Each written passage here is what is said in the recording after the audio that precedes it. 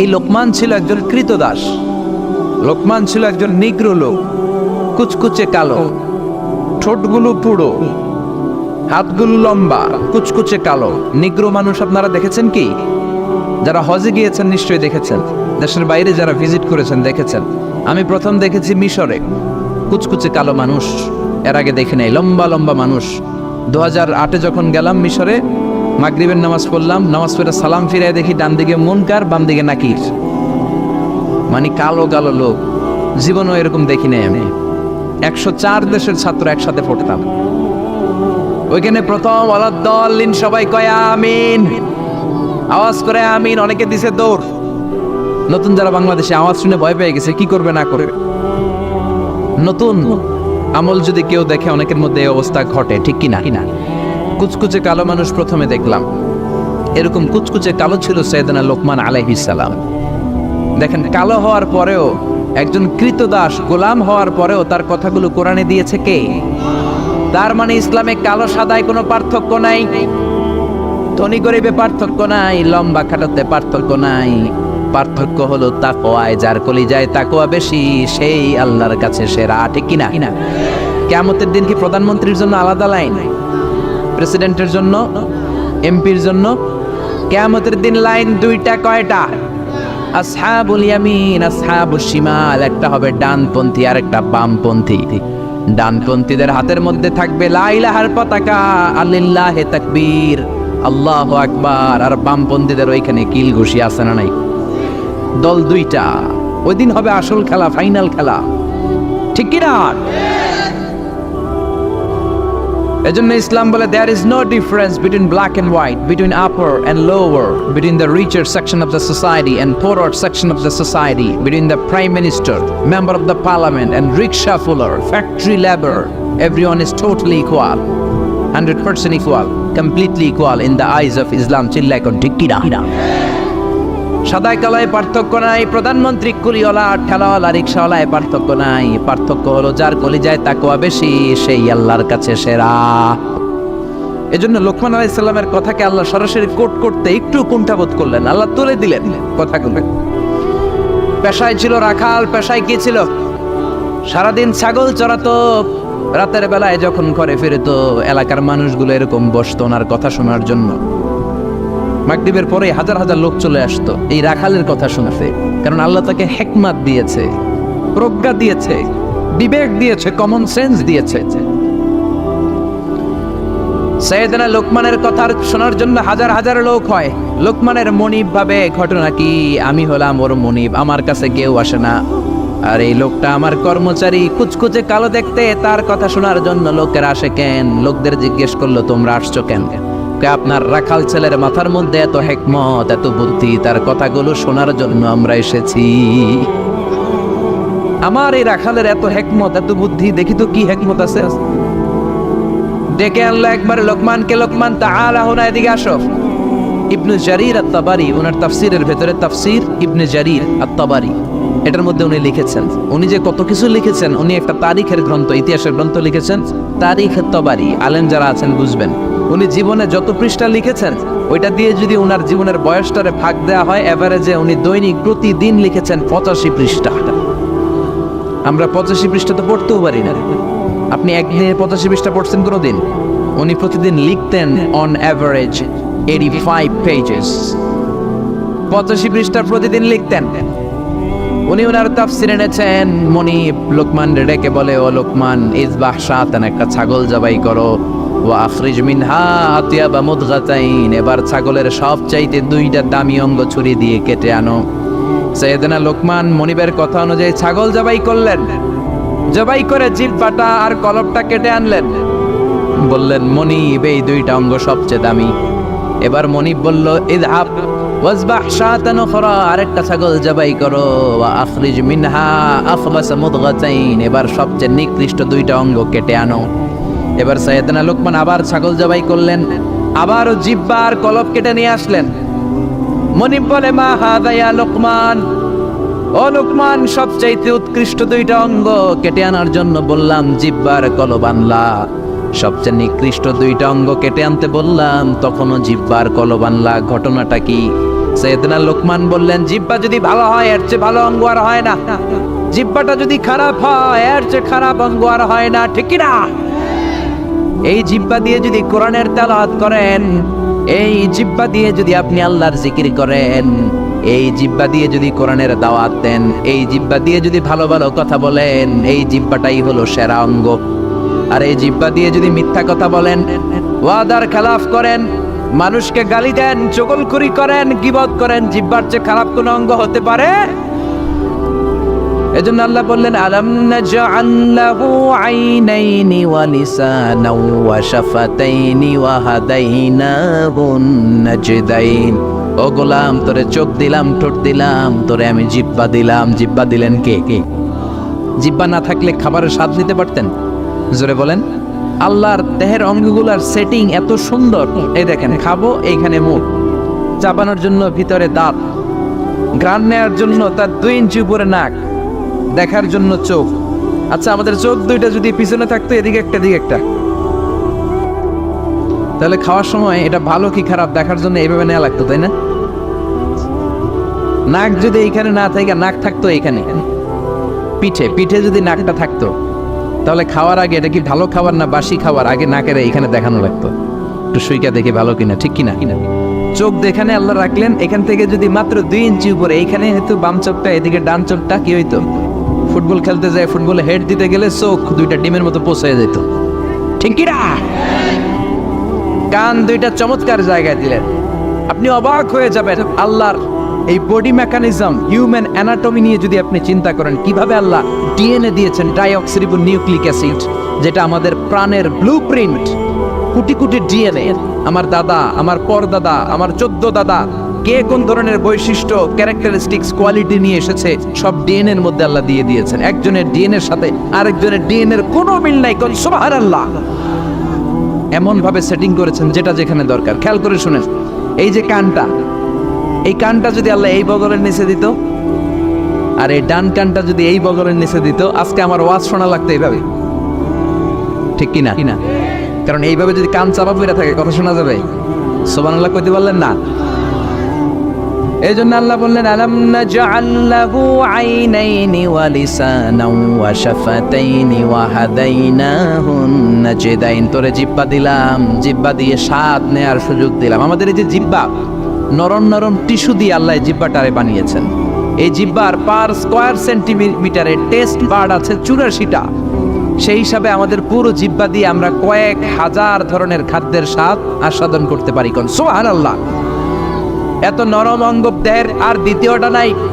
একটা চুল যদি জিহ্বার মধ্যে পড়ে যায়, সেটাও টের পাওয়া যায়, জোরে কোন ঠিক কিনা? এজন্য রব্বুল আলামিন সাইয়েদনা মুসারে ডেকে বললেন, ও মুসা, তোর মেজাজ দিয়েছি গরম, কিন্তু জিহ্বা দিয়েছি নরম। ফেরাউনের কাছে যখন দাওয়াত নিয়ে যাবা, গরম মেজাজটা নিয়ে যেও না, নরম জিহ্বাটা দিয়ে নরম নরম ভাষায় দাওয়াত দিবা।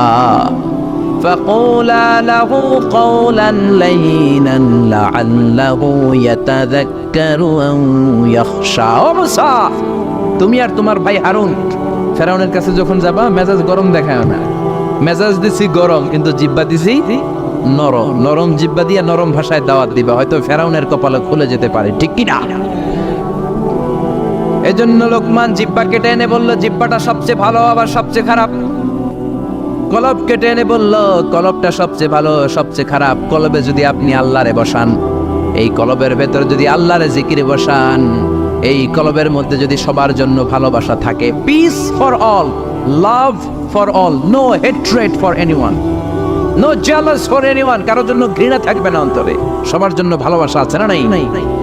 এই অন্তরে যদি সবার জন্য ভালোবাসা পুষে রাখেন, আল্লাহর জিকির দিয়ে যদি অন্তরটারে সমৃদ্ধ করেন, কলবের চাইতে দামি কোনো অঙ্গ আছে নাকি? এজন্য আল্লাহ বললেন, আলা বিযিকিরিল্লাহি তাতমাইন্নুল কুলুব। দুনিয়ার কোন জিনিস দিয়ে কলব ঠান্ডা হয় না, একমাত্র জিকির ছাড়া। লা ইলাহা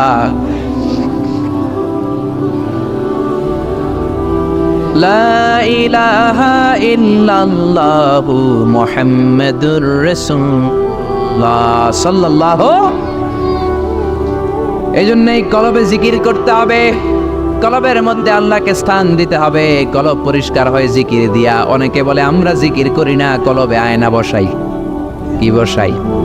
আয়না বসাইয়া দে মোর কলবের ভিতর বাবারে। আছে না নাই? আসলে আয়না আছে নাকি কলবে? বাবার কলবেই নাই, তোমার কলবে থাকবে কেমনে? আয়না টায়না কিছু না, কলবের ভেতরে জিকির থাকবে কার?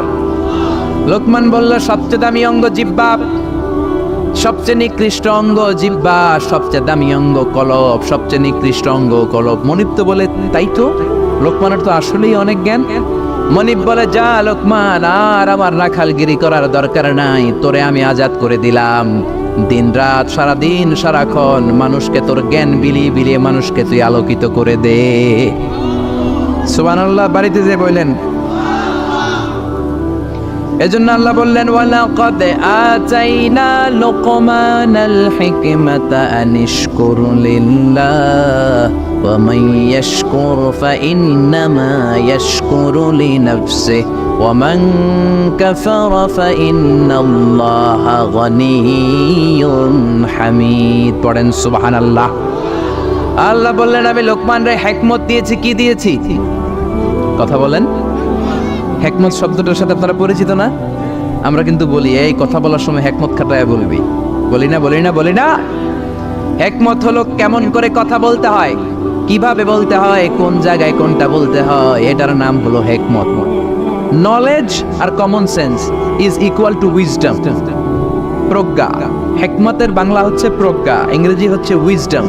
আপনার যে জ্ঞান আছে, জ্ঞানের সাথে যদি কমন সেন্সটারে কাজে লাগান, ওইটাই প্রজ্ঞা, তখনই আপনি ওয়াইজ ম্যান হয়ে যাবেন, ঠিক না? আপনার জ্ঞান আছে নামাজ পড়া ফরজ, নামাজ পড়লে জান্নাতি হওয়া যায়, এটা কিন্তু হিকমত না, এটা হলো জ্ঞান, নলেজ। এবার কেমন করে রুকু করবেন, কেমন করে সিজদা করবেন, কেমন করে নামাজ পড়বেন, এটা জানার নাম হলো হিকমত। তার মানে জ্ঞানকে প্রয়োগ করার কৌশল হচ্ছে হিকমত। জ্ঞান প্রয়োগের বাস্তব কলা কৌশল মেকানিজম জানার নাম হচ্ছে হিকমত। এই জন্য যারা কোরআনের দাওয়াত দেয়, যারা মুফাসসিরে কোরআন, যারা খতিব, যারা ইমাম সাহেব, আল্লাহ তাদেরকে বললেন দাওয়াত দেওয়ার সময় হিকমতের সাথে দিবা। উদউ ইলা সাবিলি রাব্বিকা বিল হিকমাতি ওয়াল মাউইযাতিল হাসানাতি ওয়াজাদিলহুম বিল্লাতী হিয়া আহসান। উদউ ইলা সাবিলি রাব্বিকা, আল্লাহর রাস্তায় দাওয়াত দাও। কিভাবে দিবা? বিল হিকমা, হিকমতের সাথে দিবা। হিকমত আল্লাহ সবারে দেয় না। ইউতিল হিকমাতা মান ইয়াশা ওয়া মান ইউতাল হিকমাতা ফাকাদ উতিয়া খায়রান কাসীরা। আল্লাহ হিকমত দেন কিন্তু সবাইরে নয়, যারে দেন তার কপাল রে উজালা করে দেন। হিকমতের আরেক অর্থ সুন্নাহ।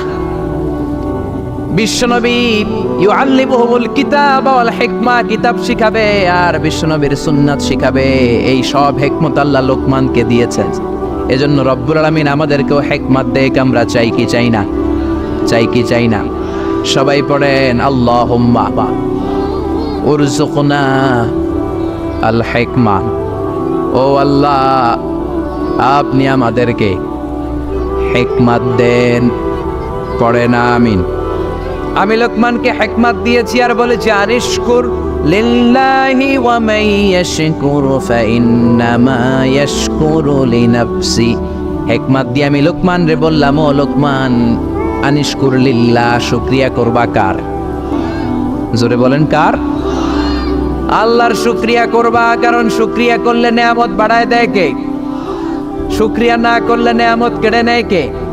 লাইন শাকারতুম লাযীদান্নাকুম ওয়া লাইন কাফারতুম ইন্না আযাবি লাশাদীদ। ও বান্দা, যদি আমার নেয়ামতের শুকরিয়া করো, এই যে ভাত খাও, এই যে মাছ খাও, গোশত খাও, এই যে বাতাস, নাক দিয়ে বাতাস নাও, এই যে প্রাণ ভরে তুমি পানি খাও, এই যে আমি নেয়ামত দিয়েছি, নেয়ামতগুলোর শুকরিয়া যদি করো, নেয়ামত বাড়ায় দিবে কে? আর যদি না শুকরি করো, জেনে রেখো আমার আযাব বড় কঠিন। ইন্না বাতশা রাব্বিকা লাশাদীদ, আমার পাকড়াও বড় কঠিন। আমি আল্লাহ সব সময় ধরি না, কিন্তু যখন ধরি তখন ধরে ধরে ধরে না ধরলে আল্লাহ। জোরে বলেন, ধরে ধরে ধরে না ধরলে আল্লাহ। সব সময় ধরি না, কিন্তু ধরলে সারি নাই। ফেরাউন রে ধরে না, কিন্তু যখন ধরছে তখন আর নমরুদরে ধরে না, কিন্তু যখন ধরছে মশার কামড় দিয়ে দুনিয়া থেকে শেষ। ফেরাউনকে সাগরের মধ্যে সুবানি খাওয়াইছে কে? আব্রাহার বাহিনীকে আবাবিল দিয়ে ধ্বংস করলো কে? আবার কাবা ভাঙতে এলে পাঠাও আবাবিল, দাও খোদা দাও আমায় আবার উমার দারাজ দিল। আল্লাহু আকবার। তার মানে সব সময় ধরে না, অনেক ছাড় দেয়। ফামা হিলিল কাফিরিন আমহিলহুম রুয়াইদা, কাফেরদেরকে আমি ঢিল দেই, চান্স দেই, সময় দেই, দেখি ফিরে আসে কিনা, দেখি তওবা করে কিনা, দেখি মসজিদে ঢুকে কিনা, দেখি নামাজি হয় কিনা, দেখি ভালো মানুষ সাজে কিনা। জোরে কোন ঠিক কিনা? আমরা যখন ঘুড়ি উড়াই হাতে থাকে কি? নাটাই থেকে আমরা সুতায় ঢিল দেই, তাই না? ঘুড়ি ডানে যায়, বায়ে যায়, কি আরাম, উঠতেছে এই আকাশে, এদিকে যায় ওদিকে যায়। তার মানে কি এই যে ঘুড়ির আর ফিরে আসা লাগবে না? আসা লাগবে কি লাগবে না? সুতা আমরা ঢিল দেই, ঘুড়ি আকাশে উড়ে। সন্ধ্যাবেলায় নাটাই ধরে যখন সুতায় টান দেয়, ঘুড়ির ফিরে আসা লাগে কি লাগে না?